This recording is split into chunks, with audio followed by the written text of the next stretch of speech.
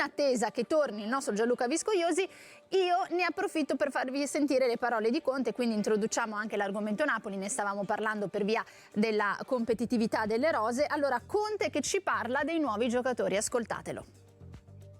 Sono arrivati dei giocatori che stanno implementando la rosa, che lavoreranno con i calciatori che ci sono di base, per darci una mano e in futuro per essere i titolari di questa, il nuovo, quello che dicevo prima, abbiamo preso Beuchema in futuro sarà il nuovo Rachmani perché ha quelle caratteristiche, è un soldato, cioè, i ragazzi che abbiamo preso, abbiamo preso il ragazzo dall'Udinese, Luca lavorerà guardando Lukaku che ha fatto 300 gol in carriera e dovrà apprendere, ma non abbiamo preso un giocatore finito.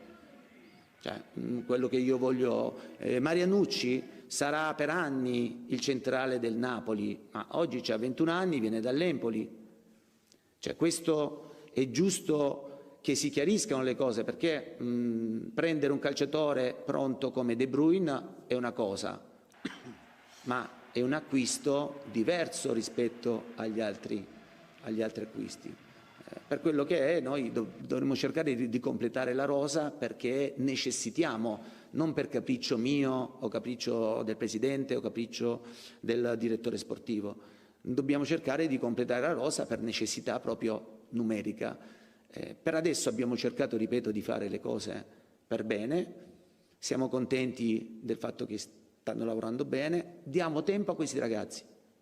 Diamo tempo a questi ragazzi perché ci sono calciatori come Lang, per esempio, viene da calcio olandese, metodologia totalmente diversa rispetto alla nostra. Il nuovo paese ha bisogno di ambientarsi, ha qualità, l'abbiamo preso perché ha delle qualità specifiche, bisogna avere pazienza. Allora, Conte fa un po' il punto riguardo a questo mercato che all'apparenza può sembrare stratosferico, non è finito perché poi ha specificato anche questo, però dice abbiamo preso tante pedine di prospettiva, quindi calmate gli animi, questo è il succo del discorso di Conte. Tra poco ne parliamo e poi ve lo faccio sentire anche su De Bruyne perché fa molto ridere, ad un certo punto si incarta, non sa spiegare bene il parallelo tra la situazione che viveva prima il giocatore e quella che vive adesso a Napoli. Comunque è stato simpatico, tra poco ve lo faccio sentire, ma prima vi dovevamo con Gianluca Viscogliosi per chiudere un flash sul mercato Milan. Direttore De Paola, tornando invece al Napoli, che tra l'altro sappiamo che a livello di attacco stia sondando ancora delle pedine, vedi Lookman, cosa ne pensi del discorso di Conte sul fatto che gli arrivi, a parte una pedina come De Bruyne, questo è un discorso a parte e tra poco lo sentiremo, siano comunque di prospettiva, cioè giocatori da attendere? Guarda, mi permette di riacciuffare per i pochi capelli anche lui il discorso relativo ad Allegri per accomunarlo a quello di Conte. Sì. Loro fanno gli allenatori e non me ne voglia Breda, ma chiaramente devono togliere pressioni dalle proprie squadre. Quindi noi facciamo i giornalisti e in qualche modo dobbiamo mettergli in faccia o davanti a loro la verità, perché la verità non è quella che raccontano loro, obiettivamente, no? Cioè, il Napoli ha fatto un mercato stratosferico, Conte fa di tutto per togliere pressione sulla sua squadra che chiaramente già ce l'ha perché ha vinto lo scudetto, ma ne toglie ulteriormente per togliere responsabilità a questi giocatori che lui dice il Napoli deve ripartire dalle fondamenta, lui ha usato questo termine, cioè il Napoli che ha vinto lo scudetto, e badate bene, dopo 2 anni che ne aveva già vinto un altro, deve ripartire dalle fondamenta. Va benissimo, noi gli crediamo, in qualche modo seguiamo il suo ragionamento, ma perché lo accomuno ad Allegri? Perché Allegri da parte sua non può dire che il Milan, questo Milan completamente rifondato per lui, ecco, togliamogli anche un altro alibi ad Allegri, quello che alla Juventus era, diciamo, in qualche modo l'amministratore delegato, il direttore generale, l'allenatore, poverino, come faceva? La Juventus, il signor Allegri, ha ricevuto nei suoi anni di gestione circa 850 milioni di mercato, 850, 550 nel primo periodo in cui ha vinto 5 scudetti che, come ha giustamente detto Ciabattini, si potevano vincere quasi col pilota automatico, ma soprattutto nella seconda fase mi è sembrato molto deludente il suo percorso e comunque nella seconda fase ha ricevuto 350 milioni, quindi non è neanche vero che lui avesse ricevuto meno di altri o in periodi di grandi difficoltà. Poi a me fa ridere il fatto che un allenatore pagato 9 milioni da una società che è la Exor, quindi non stiamo parlando di una società ultima arrivata, ma che la Exor, che ha avuto dei problemi con la vecchia dirigenza, ecco, il ruolo di dirigente doveva assolverlo Allegri. Per favore, con questa favola smettiamola, perché veramente non se ne può più. Quindi, signor Allegri, al Milan non ha alibi, non gli possiamo concedere al Milan, una squadra internazionale come all'Inter e come alla Juve, la non partecipazione allo scudetto. Faceva ridere anche l'anno scorso la Juventus, che diceva che doveva soltanto partecipare per arrivare nelle prime 4 posizioni. Queste grandi squadre non possono permettersi questi ragionamenti. Il Napoli se lo può permettere. Conte fa benissimo, però anche Conte, ecco, non può nascondersi dietro un dito. Non può dire un domani Beukema sarà Rachmani, un domani Lang sarà un giocatore finito. Sono tutti giocatori molto interessanti, ma molto interessanti, che comunque parteciperanno a una rosa che diventerà galattica, quindi sminuire fino a dire si sta rifacendo dalle fondamenta mi va bene fino a un certo punto. Ecco, insomma, noi non dobbiamo prendere in giro gli ascoltatori glielo spieghiamo, poi Conte dice le sue cose e noi giornalisti ne diciamo altre. Ecco, e tra poco vi faccio sentire anche Conte su De Bruyne, così mi dite la vostra. A proposito di mercato Napoli, che aggiornamenti abbiamo, Gianluca Viscogliosi? Perché nei giorni scorsi abbiamo fatto nomi interessanti, uno su tutti quello di Fabian. Beh, è un nome che può piacere, tra l'altro diciamo un aggiornamento che ci arriva a fronte, non tanto Fabian, ma a fronte centrocampo è questo, il profilo è quello che sta cercando Antonio Conte, il direttore Manna, quindi un centrocampista giovane, come ha detto Conte, profili che possano imparare, ma le caratteristiche le abbiamo capite, grande capacità di inserimento, grande gamba, era questo il motivo per cui a inizio mercato Conte con il direttore Manna cercavano Yunus Musa, perché questo è il profilo che cerca Conte, anche magari in sostituzione di Anguissa, che all'inizio del mercato magari doveva partire, avrà la Coppa d'Africa, quindi gli impegni saranno tanti e serve quel tassello lì. Fabian è un nome, un altro è Miretti, dobbiamo capire cosa è successo, perché oggi c'è stata una partita, la partita della Juventus, non è uscito benissimo l'ormai ex centrocampista lo scorso anno in prestito al Genoa, quindi questo è il profilo di giocatore che sta cercando. Esattamente, questo risentimento alla coscia, poi magari può essere pure che a proposito di questo ha sentito un piccolo problema e in questo momento di mercato si fa sempre un passo indietro e si cerca sempre di prevenire queste situazioni. Però al di là del nome il profilo l'abbiamo capito, un profilo giovane, perché sia Musa, sia Fabian, sia Miretti sono comunque tutti e tre profili giovani, centrocampisti che in mano a Conte possono davvero diventare delle armi incredibili a livello tattico, giocatori di fisico, di inserimento e magari anche abili in zona gol. E Fabian, soprattutto con Thiago Motta, non lo scorso anno con Italiano ma 2 anni fa, abbiamo visto che tipo di capacità sotto porta può avere. E io vi faccio sentire le parole di Conte su De Bruyne, che alla fine del suo discorso non riesce a spiegare la situazione che viveva De Bruyne prima di arrivare a Napoli. Sentitelo. Per quello che riguarda De Bruyne ragazzo che si è calato totalmente nella nostra realtà. Quindi, anche se veniva da un'esperienza diversa, con giocatori diversi al fianco, tutta una situazione diversa, molto più, diciamo, non lo so, però lui si è calato totalmente nella nostra realtà. Ragazzo che sta lavorando in maniera seria, ha capito l'importanza del lavoro, mai una parola fuori posto, sempre il sorriso sulle labbra, quindi inserimento molto apprezzato da parte dei calciatori che c'erano già qui, perché sai, stiamo parlando di un giocatore che ha 34 anni, ha avuto una carriera top e invece è venuto qui a rimettersi in gioco, quindi va dato merito a lui, perché, ripeto, ragazzo che non ha saltato un secondo di allenamento, ha fatto sempre tutto, disponibile, e quindi adesso ci auguriamo di riuscire a trovare la quadra su tutto, con i 4 o con i 3, ci saranno tante partite e faremo poi le valutazioni necessarie, però è un ragazzo eccezionale che ha sorpreso tutti, ecco. Va bene? Bellissime parole da parte di Conte. Poi ditemi voi, mister Paolo, direttore De Paola, ma anche Gianluca Viscogliosi, cosa intendeva dire con la situazione diversa, perché non dei gesti, poi Ma fa io ma, do però... un'interpretazione a tutto un po' mia, sia quello di Sì, prima che sì. quello da adesso. Allora, sicuramente sta abbassando gli animi e togliendo pressione ai ragazzi nuovi. Scaltro, fa bene. Però io ci leggo qualcosa di diverso, poi è mia, non so È se è certo, è questa. certo. Che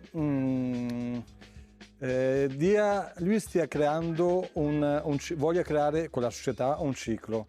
Perché lui non dice dobbiamo ricostruire le fondamenta, ma partiamo dalle fondamenta, che secondo me sono quelli che hanno vinto lo scudetto. Sì, poi lo dice nel corso della conferenza, che è stata molto lunga. E che gli dà il merito e dice: una squadra che vince lo scudetto non è che devi stravolgerla. Sì. Costruiamo con i giovani che devono dimostrare il loro, devono ricreare, devono guadagnarsi il loro futuro, giovani di qualità, ma che devono dimostrare tutto. Però partendo quindi da dare l'idea che ci sono le fondamenta e che secondo me vuole creare un ciclo.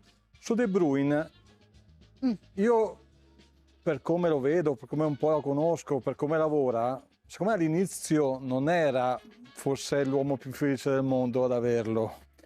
Adesso che Conte, perché lui è un calcio in caso molto verticale, è di stato densità. così anche nel caso di Pirlo, raccontano, all'epoca della Juve. E allora, e dice, secondo me alla fine, una frase che secondo me è molto interessante. Poi vediamo se è 3-4, cioè l'idea è di adesso che è rimasto stupito sia secondo me dalle qualità che gli ha visto tutti i giorni in allenamento, sia anche dalla disponibilità, che gli sta creando un vestito su misura, magari anche cambiando qualcosa, passando un 4-4-1-1, mettendolo davanti e dandogli più copertura, cioè il fatto di quando dice poi vediamo se è 3-4 vuol dire che cerca degli equilibri, però mettendolo lui protagonista, cioè mette un pochino in discussione quello che l'ha fatto vincere l'anno scorso per provare a fare qualcosa in più con lui protagonista. Beh, intelligente. Questa è la mia idea.